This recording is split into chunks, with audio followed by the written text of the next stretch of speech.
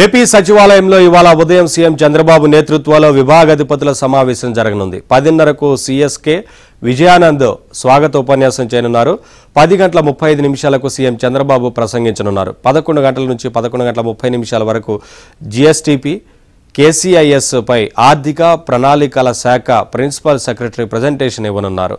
11:30 నుంచి 12 గంటల వరకు positive public perception, files clearance, PGRS, data driven governance, aware data lake applications పై IT శాఖ కార్యదర్శి ప్రజెంటేషన్ ఉంటుంది.